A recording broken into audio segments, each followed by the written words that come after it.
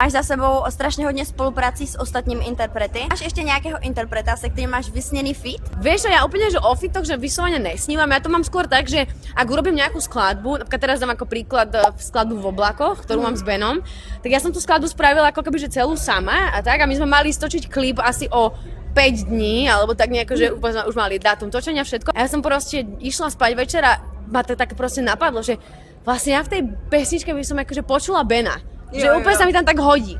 A ráno som sa zobudila a hrali sme nejaký koncert alebo niečo a vtedy som to púšťala, ako keby môjmu DJovi púšťali sme ako keby v aute tú vec a on povedal, že to je taká vec, že úplne by som tam, že tak Babe mi sa tam hodil, z ničoho, vieš, on nevedel, že ja som si to myslela deň predtým a ja, že no úplne, tak som prišla domov a hovorím si, tak zavolám Benovi, opýtam sa ho, že či má teraz aj vôbec aj čas, vieš, na to a že teda keď bude chcieť, že mu pošlem vec, že keď bude s tým akože stotožnený, že by sme to mohli dať, takže to vzniklo úplne spontánne, vieš, že mňa to napadlo, do toho môjho DJa to tiež napadlo a bola som úplne, že úplne to tak je proste. Že ako keby ja úplne, že nesnívam, skôr to berem, že keď mám ako keby skladbu, v ktorej úplne niekoho počujem, vieš, úplne, že tak tento človek mi tam dal najlepšie, tak vtedy ako keby oslovím toho človeka.